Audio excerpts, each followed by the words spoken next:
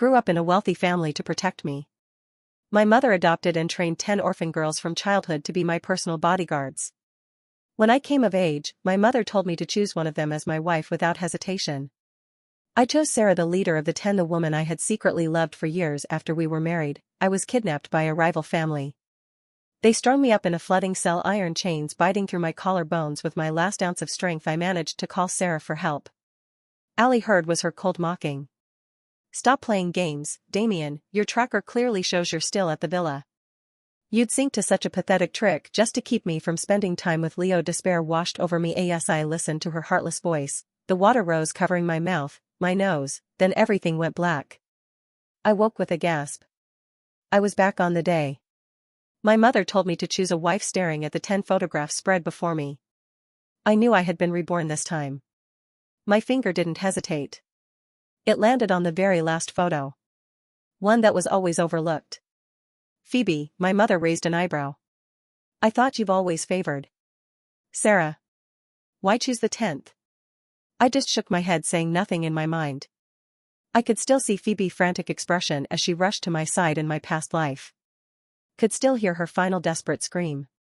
Thankfully, my mother didn't press the issue. She simply nodded in agreement, leaving her study. I walked out into the village courtyard. Suddenly Leo appeared and dropped to his knees before me. "Sir, I'm begging you, please. Please. Let me have Sarah." He pleaded. "You have everything in the world. Alli has her. Please. I'm begging you. Let her go." I stared at him, stunned. This was different from my past life. Could it be that Leo had been reborn too? Just then Sarah rushed out. Sight of Leo kneeling made her eyes blaze with fury. She hauled him to his feet and glared at me, her voice dripping with venom. "Damien, how long are you going to keep tormenting him? Just because he's the housekeeper's son, you think you can treat him like this?" A sharp, familiar pain lanced through my chest. It was always like this in both lifetimes. Sarah never ever believed me. She shot daggers at me. "I'm telling you, even if you choose me as your wife, I will never submit. You won't have me." An icy chill seeped into my bones, as if I'd been plunged into a frozen lake. The memories of my death swirled in my head. I had let them be together in my past life precisely because I knew she would never choose me, and still the dull ache in my heart persisted. Before I could speak, a van screeched to a halt outside the courtyard gates. Men with guns jumped out and opened fire. Sarah's training kicked in instantly. She moved like lightning, sprinting toward me, but then Leo let out a pained groan and collapsed. A crimson stain spreading across his pant leg. A flicker of conflict crossed Sarah's face, but it was gone in an instant. Without a second thought she changed direction, throwing herself over Leo to shield him with her own body. I watched them, and the blood in my veins turned to ice as one of the gunmen leveled his weapon at me. A figure blurred past, tackling me to the ground. The sound of gunshots echoed around us. When I opened my eyes, I saw who was shielding me. It was Phoebe. Seeing their chance was lost, the assassins retreated. Phoebe got to her feet, an aura of cold fury surrounding her. She glared at Sarah. "Did you forget your mission? What would have happened if the young master had been hurt?" Sarah looked away for a second, a hint of guilt in her eyes, but it was quickly replaced by defiance. "Leo was shot. Who else was going to help him besides Damien? Is fine. Isn't he? What's the big deal?" Phoebe scoffed. "So you can just abandon your duty to the young master? It seems your obsession with that man has made you forget why mother took us in the first place." Sarah flinched, clearly aware she had crossed a line. Then Leo moaned from her arms. "Sarah, it hurts." Her resolve hardened. "He's not hurt, so it doesn't matter. I need to get Leo to a doctor. We can talk about this later." She lifted Leo into her arms and stormed off. Phoebe's expression was glacial. She turned to me, her eyes burning with frustration and anger. "This is the woman you choose, the one who abandons you at the first sign of trouble." I shook my head. She didn't know yet. I didn't choose her. Phoebe looked at me, disbelief written all over her face. "Who else would you choose for once?" She lost her temper with me. "Fine, choose whoever you want. Just don't come crying to me when you regret it." I watched her storm away, a small smile playing on my lips. I wondered what her face would look like when she found out the person I chose was Hera. A few days later, a haggard-looking Sarah appeared in my room. Before I could speak, she fell to her knees. "Please give me the life-saving serum, Leo. He's not doing well." I stared at her, incredulous. She knew what that serum meant to me. My father was from a long line of brilliant biochemists when he was diagnosed with a terminal illness, fearing I'd be targeted by our enemies. He used his final days enduring immense pain to create a single dose of a miracle antidote. It was my last line of defense, a final gift to keep me alive. Sarah bit her lip, her voice trembling. I'll marry you, just give the serum to Leo. I turned open the safe and took out the vial I had treasured for so long. I tossed it to her. Get out, and from this day forward we have nothing to do with each other, not in this life, not in the last. Sarah looked at me, a flash of surprise in her eyes, but she said nothing more. She clutched the serum and rushed out, desperate to save her precious Leo. I leaned against the wall, my heart. I couldn't believe how blind I had been in my past life, dying without ever seeing her true colors. For the next few days, Sarah stayed by Leo's side, nursing him back to health. Then one evening at dinner my mother made an announcement: in a few days we will celebrate Damien's 18th birthday at the party. I will officially announce his future wife. The 10 girls at the table reacted in their own ways. Phoebe just kept refilling her wine glass, drinking silently. Sarah looked miserable, her gaze darting between me and the direction of Leo's room. The other 8, however, smiled and congratulated Sarah. Congratulations, leader. You'll officially be part of the family. Take good care of Damien for us. My mother listened to their chatter with a serene smile, saying nothing. Her silence was taken as confirmation. Everyone assumed Sarah was to be my bride that night. Leo mysteriously vanished. Sarah burst into my room in a frenzy. Her eyes wild as she grabbed me by the throat. Where is he? What have you done with Leo? I already agreed to marry you. Why can't you just leave him alone? He's afraid of the dark. What will he do all by himself without me? I was shocked, but quickly recovered. Are you insane? What does Leo's disappearance have to do with me? Her face was ashen, her eyes bloodshot. Who else could it be? You're jealous that he and Andy are close. You're afraid I'll back out. So you had him kidnapped. Didn't you? I'm begging you. Bring him back? His wound hasn't even fully healed. After we're married, I'll send him away. I promise. I shoved her away. Sarah, I didn't choose you. I don't care who you're with. Leo's disappearance has nothing to do with me, whether you believe it or not. If you cause another scene in my room, I'm telling Mother. That threat stopped her. She turned and fled, desperate to find Leo. The next morning she returned with him in tow. He looked weak and disheveled, collapsing into her arms. As if he'd been through hell, Sarah marched right up to me. Face a thunderous mask. Damien, if you have a problem, take it out on me. Why do you always have to involve Leo? If you keep this up, I will never marry you with that. She turned and left with Leo. I watched her go, a cold smile on my face. To think I died in my past life for someone so utter. Really blind. That evening, Leo came to my room. He glared at me, his face twisted with resentment. You were reborn too. Weren't you in the dim light? His features were distorted by jealousy, his eyes burning with venom. His voice rose to a shrill peak.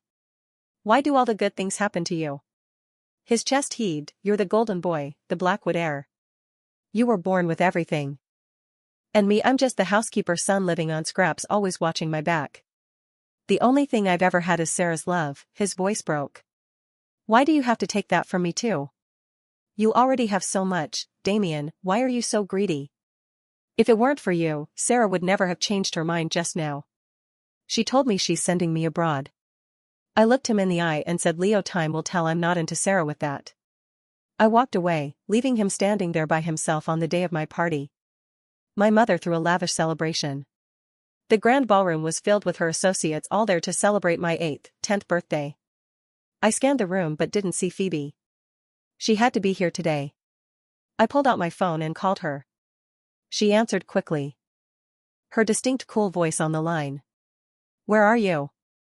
She gave a small laugh. What do you want me to stand there and watch Mother announce you're marrying, Sarah? There was a pause, then her voice grew hoarse. Damien, that's just cruel. The emotion in her words was too tangled for me to decipher. I gripped the phone tighter, my tone leaving no room for argument. Yes, I want you here. Are you coming or not? The line went silent for a moment. Finally she spoke. Fine, I'll be there. Then a stir at the entrance drew everyone's attention. Sarah walked in, clinging intimately to Leo. The guests began to whisper, their eyes darting between the three of us, filled with speculation and amusement. I could feel several pairs of pitying eyes on me, as if I were the poor fool about to be publicly jilted. The second-in-command Maya was the first to react. She hurried over her brow-furrowed leader. "What are you doing?" She whispered, her voice a sharp warning. "This is Damien party. Mother is about to announce your engagement. You need to put some distance between you and Leo." Sarah just smirked. Instead of letting go of Leo, she pulled him even closer, a clear declaration to the entire room: engagement. She scoffed just loud enough for the eavesdropping guests to hear. "I came today to tell Mother one thing. I am not in love with Damien Blackwood," her gaze sharp as a dagger shot toward me, filled with disgust and finality. "Andy will never marry him." The room erupted in a stunned silence. My mother's smile froze on her face, her eyes narrowing dangerously as she looked at Sarah. Sarah added, her voice ringing with, "After Mother makes her announcement, I am cutting all ties with the Blackwood family." Her sisters gasped, rushing to her side, pleading with her not to be rash, but she was resolute. "Don't try to stop me. I will not betray my heart and marry Amon. I don't love. I would rather die." Leo stood beside her, a triumphant glint in his eye. Ash glanced at me, his looks at it. "I'll see. I won in the end. She chose me." I laughed coldly. "Sarah, you never fail to disappoint. You truly would do anything for him." The ceremony was about to begin when finally arrived. She reeked of alcohol, but her eyes were startlingly clear. The lights dimmed. My mother took the stage. "Thank you all for coming to celebrate my son's 18th birthday. I also have an important announcement to make regarding my son's future.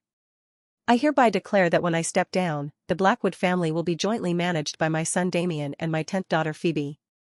She will also be my son, Damien's, wife." If the entire hall fell silent, everyone was stunned.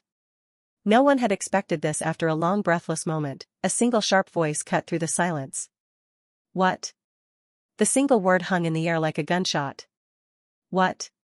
It was Sarah who had spoken, her voice cracking with disbelief. The champagne flute in her hand trembled, sending ripples across the golden liquid inside.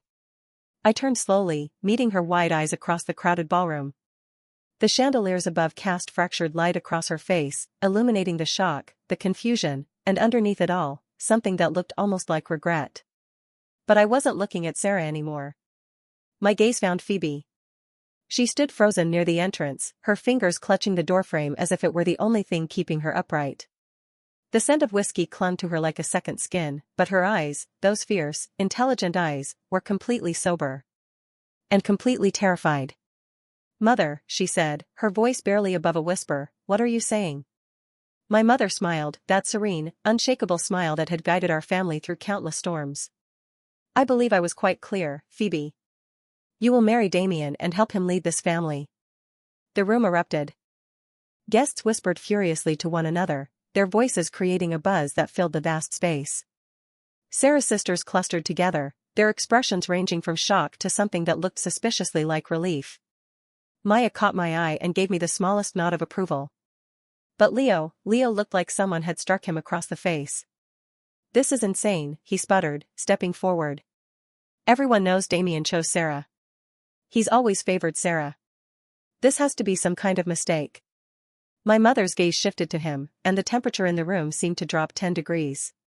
"Young man," she said softly, dangerously, "I don't recall inviting you to speak at my son's celebration. In fact, I don't recall inviting you at all." Sarah moved instinctively to Leo's side, her hand finding his. "Mother, please. There's been some misunderstanding. Damien has always made his own choices," my mother interrupted, her voice cutting through Sarah's protests like a blade through silk. "And he chose Phoebe. 3 days ago, when I asked him to select his bride, he pointed to her photograph without hesitation." I watched the color drain from Sarah's face. Beside her, Leo's expression twisted into something ugly, a mixture of disbelief and barely contained rage. "That's impossible," Sarah breathed. "He wouldn't, he's been obsessed with me for years." "Obsession," I said quietly, finally speaking, "is not the same as love, Sarah. I learned that lesson rather painfully." The words settled over the crowd like snow. I could feel their eyes on me, curious, pitying, intrigued. But I only cared about one pair of eyes. Phoebe was staring at me as if seeing me for the first time. Her lips parted slightly, a question forming that she couldn't quite voice. The harsh ballroom lights caught the faint shimmer of moisture in her eyes, though whether from the alcohol or emotion, I couldn't tell. Damien, she said, and my name had never sounded quite like that before, vulnerable, uncertain, almost afraid. Why? It was such a simple question. Why? Why her? Why now? Why at all? I moved through the crowd, feeling their gazes follow me like searchlights. The distance between us felt infinite, yet I crossed it in mere seconds. When I stood before her, I could smell the whiskey more strongly, could see the faint tremor in her hands, the way she held herself as if bracing for a blow. Do you remember, I said softly, just for her, the day I turned 12? Her brow furrowed. Damien, that was years ago. What does that have to? I had climbed the old oak tree in the east garden, I continued, as if she hadn't spoken. I wanted to prove I was brave, that I didn't need bodyguards following me everywhere. I made it to the highest branch before I realized I couldn't get down. Recognition flickered in her eyes. Around us, the crowd had gone silent, straining to hear. Everyone else laughed, I said. Even Sarah. She said I was being childish, that I should have known better. But you climbed up after me. You didn't say a word, just sat beside me on that branch until I was ready to descend. And when I finally admitted I was scared, you said. Fear doesn't make you weak, Phoebe whispered, the memory clearly surfacing. It makes you human. You stayed with me for 3 hours, I said. You missed dinner. Mother was curious with you. But you never once made me feel foolish or ashamed. A single tear escaped down her cheek, cutting a clean path through the careful makeup she'd applied. That was a lifetime ago, Damien. We were children. You've been doing it ever since, I told her. Around us, I was vaguely aware of my mother watching with satisfaction, of Sarah's stricken expression, of Leo's clenched fists. But they were all background noise. Every time I needed someone, you were there. Not because you were ordered to be. Not because you wanted something from me. Just because you cared. I'm your bodyguard, she said, but her voice lacked conviction. That's my job. That's what I was trained to do. Is that what you were doing in my past life? The words slipped out before I could stop them. When you threw yourself over me while bullets rained down? When you screamed my name as the water closed over my head? Was that just your job? Her eyes widened. What are you? I died, Phoebe. I kept my voice low, meant only for her, but in the silent ballroom, it carried. I drowned in a flooding cell while Sarah refused to believe I was in danger. And in those final moments, all I could think about was you. Not her. You. That's enough. Sarah's voice cracked across the room like a whip. She strode forward, Leo trailing behind her, her face flushed with anger and something that might have been panic. This is madness. Damien, what are you talking about? Past lives? Drowning? Have you lost your mind? I didn't turn to face her. Tell me, Sarah. If I called you right now and said I was in danger, would you believe me? Or would you check my tracker first, assume I was lying, and go back to whatever you were doing with Leo? The silence that followed was damning. That's not fair, Sarah stammered. You've played tricks before. I've never lied to you about my safety, I said, finally turning to meet her gaze. The anger I'd carried for so long had burned down to ash, leaving only a quiet sadness. Not once. But you've never trusted me. You've always assumed the worst. And when I needed you most, you chose him over me. Every single time. Leo stepped forward, his face contorted with rage. You have no right to judge her. You don't know what it's like to. To what? I asked coldly. To love someone who doesn't love you back. To watch them choose someone else again and again? You're right, Leo. I wouldn't know anything about that. The sarcasm in my voice was sharp enough to draw blood. Leo flinched, and Sarah's hand tightened on his arm. You're just bitter because I won't marry you, Sarah said, her voice rising. You've had everything handed to you your entire life, and the one thing you couldn't have was me. So now you're punishing me by choosing Phoebe. You really think that highly of yourself, don't you? Maya's voice cut in, cold and precise. She moved to stand beside Phoebe, her arms crossed. Sarah, you're a brilliant fighter. An exceptional strategist. But you're also blind, selfish, and utterly incapable of seeing beyond your own desires. How dare you? During the attack 3 days ago, Maya continued relentlessly. Damien was 30 seconds away from being shot. Phoebe saved his life. You saved Leo's. Again. Despite the fact that protecting Damien is quite literally the reason Mother took us in, trained us, gave us everything we have. The other girls murmured their agreement. Even those who had been congratulating Sarah earlier now watched her with disappointed eyes. Leo was injured, Sarah protested weakly. He needed a flesh wound, Phoebe said quietly. She'd composed herself, wiping away the tear and straightening her shoulders. When she spoke, her voice carried the authority of someone who'd spent years as second-in-command. The bullet grazed his thigh. Painful, yes. But not life-threatening. Damien, however, had 3 guns trained on him. If I'd been a second slower, he would have died. You can't know that, Sarah argued, but there was desperation in her tone now. I can, Phoebe said. Because unlike you, I was paying attention to the threats instead of the man I wanted to protect. The words hung heavy in the air. Sarah's face crumpled, and for a moment, I almost felt sorry for her. Almost. I think, my mother said, stepping down from the stage with the grace of a queen, that we've had quite enough drama for one evening. Sarah, you made your position abundantly clear. You do not wish to marry my son, and you wish to cut ties with the Blackwood family. Very well. Consider yourself released from your obligations. Sarah's head snapped up. What? You heard me. My mother's smile was pleasant, but her eyes were ice. You're free to go. Take young Leo with you. I'm sure the 2 of you will be very happy together, far away from the Blackwood estate. The reality of what she was saying began to sink in. Sarah's face went white. Mother, please. I didn't mean, I was emotional, I wasn't thinking clearly. On the contrary, my mother said, I believe you were thinking very clearly.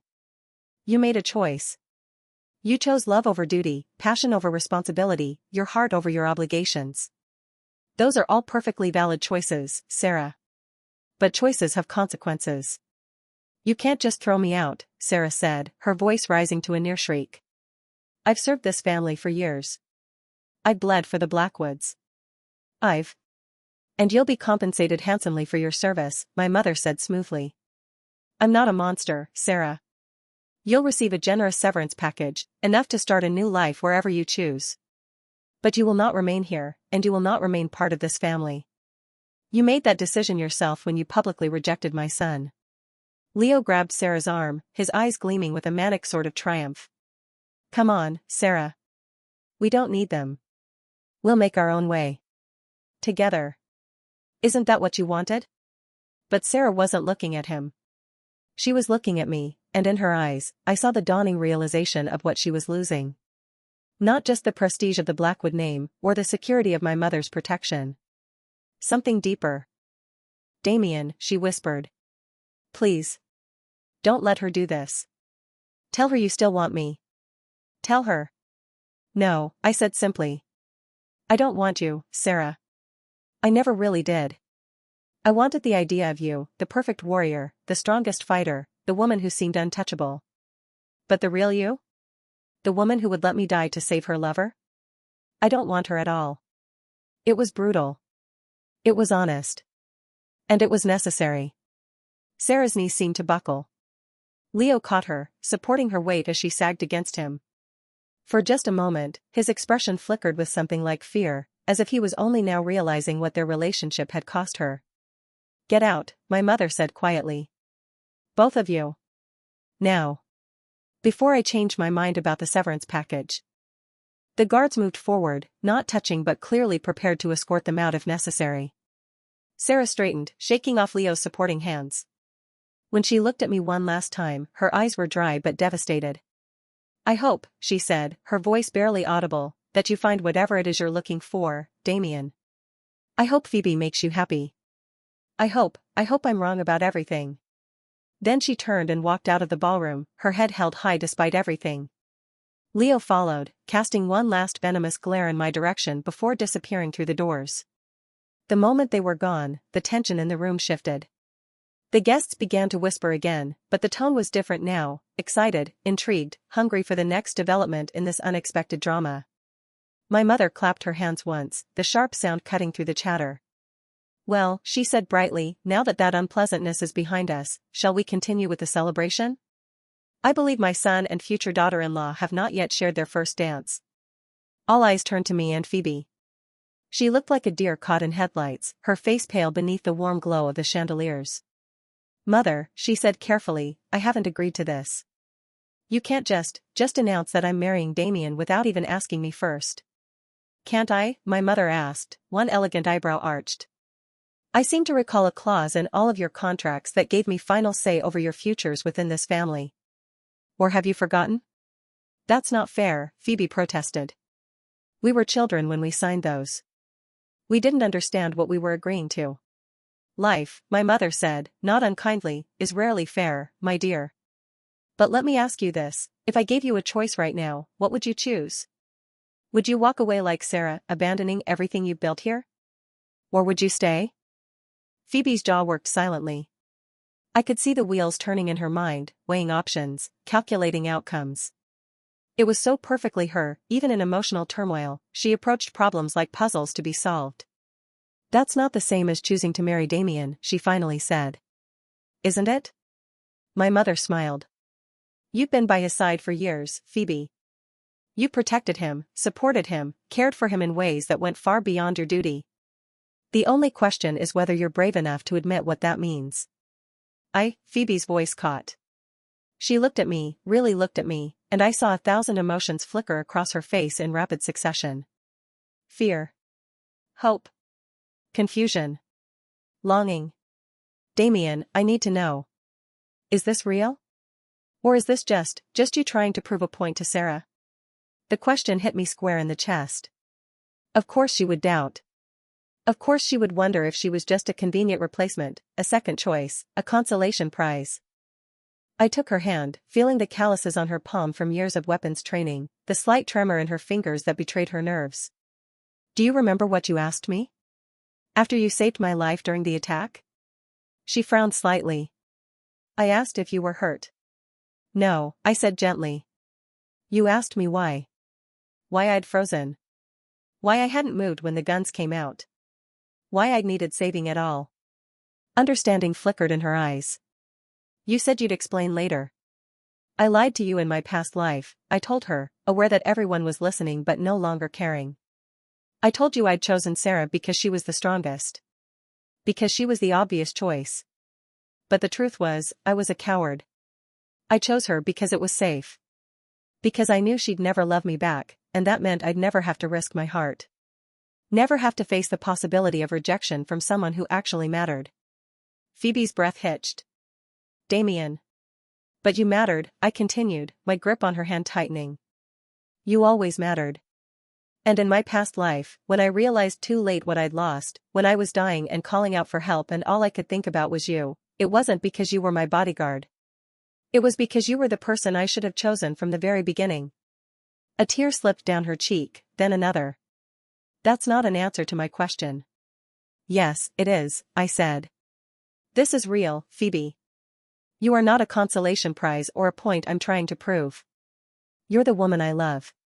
The woman I've always loved, even when I was too blind and stupid to see it. The ballroom had gone utterly silent. Even the musicians had stopped playing, their instruments lowered as they watched our drama unfold. You love me? Phoebe whispered, as if testing the words on her tongue. I love you, I confirmed.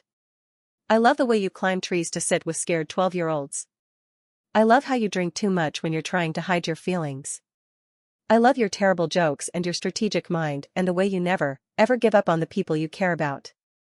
I love that you saved my life without hesitation, even though you thought I'd chosen someone else. I love. She kissed me. It wasn't graceful or practiced or anything like the romantic first kisses described in novels. It was desperate and clumsy and tasted like whiskey and tears. But it was perfect. It was us. When we finally broke apart, both gasping for air, the ballroom erupted in applause.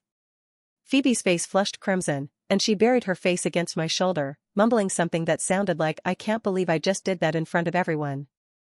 I laughed, the sound feeling foreign after so much tension and pain. Does that mean you're saying yes? She pulled back just enough to glare at me, though the effect was somewhat ruined by the smile tugging at her lips. You haven't actually asked me anything, you idiot. Fair point. I dropped to one knee, still holding her hand, and the crowd collectively gasped. My mother looked positively delighted. Phoebe, will you marry me? Will you help me lead this family, protect this legacy, and put up with my occasional dramatic tendencies for the rest of our lives? Occasional? She asked, laughing through her tears. Damien, you just announced you'd lived a past life and died drowning in front of 300 people. There's nothing occasional about your dramatic tendencies. Is that a yes or? Yes, she said, pulling me to my feet and kissing me again, softer this time. Yes, you impossible man. Yes. The celebration that followed was unlike anything I'd ever experienced. Where my engagement to Sarah would have been a solemn, dutiful affair, this was joyous. Maya and the other girls clustered around Phoebe, hugging her and offering congratulations that sounded genuinely happy. My mother's associates approached with warm wishes and knowing smiles, as if they'd seen this coming all along. And through it all, Phoebe stayed by my side, her hand firmly clasped in mine. I have a confession, she murmured during a quiet moment, as we swayed together on the dance floor to a soft melody. I've loved you for years. Since we were teenagers. Maybe longer. I pulled back to look at her. Then why did you never say anything? Because you were in love with Sarah, she said simply. Or at least, I thought you were. Everyone thought you were. And I didn't want to be the pathetic one pining after the young master when he clearly wanted someone else. We're both idiots, I said. Agreed, she replied, resting her head against my chest. But at least we're idiots together now. As the night wore on and the celebration continued around us, I found my thoughts drifting to Sarah. Somewhere out there, she was starting a new life with Leo, a life built on passion and defiance and the kind of love that burned hot and fast. Part of me hoped they'd find happiness together. Part of me knew they probably wouldn't. But that wasn't my concern anymore. My concern was the woman in my arms, who was already making plans for how to restructure our security protocols and improve our intelligence networks.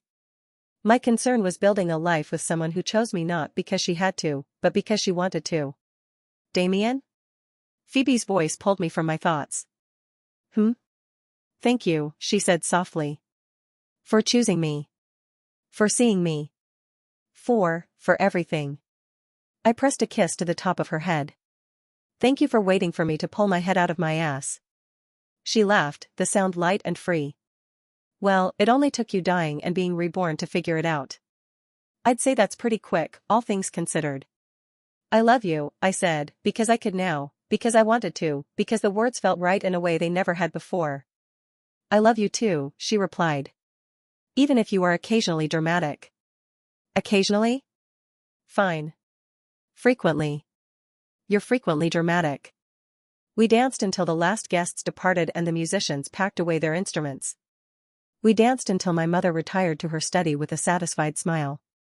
We danced until it was just us, two people who'd found each other despite everything, in the quiet ballroom filled with fading candlelight and the promise of tomorrow. And when Phoebe finally looked up at me, her eyes clear and bright and full of hope, I knew with absolute certainty that I'd made the right choice. Not Sarah, the obvious choice. Not anyone else. Phoebe. Always Phoebe. The woman who'd been there all along, waiting patiently for me to realize what had been right in front of me the entire time. Come on, she said, tugging me toward the doors. Let's get out of here. We have a wedding to plan, security protocols to update, and about 1,000 things to figure out before we take over running this family. Ever the romantic, I teased. She grinned. Someone has to keep your feet on the ground, Mr. I died and was reborn. You're never going to let me live that down, are you? Not in this lifetime, she said. Or the next one. Or any of the ones after that. And as we walked out of the ballroom together, hand in hand, toward whatever future awaited us, I found myself hoping that there would be many, many lifetimes ahead. All of them with her. 6 months later. The wedding was small, intimate, everything a Blackwood celebration typically wasn't. Just family, my mother, Phoebe's sisters, a handful of trusted associates. We exchanged vows in the East Garden, beneath the old oak tree where a scared 12-year-old boy had once needed rescuing.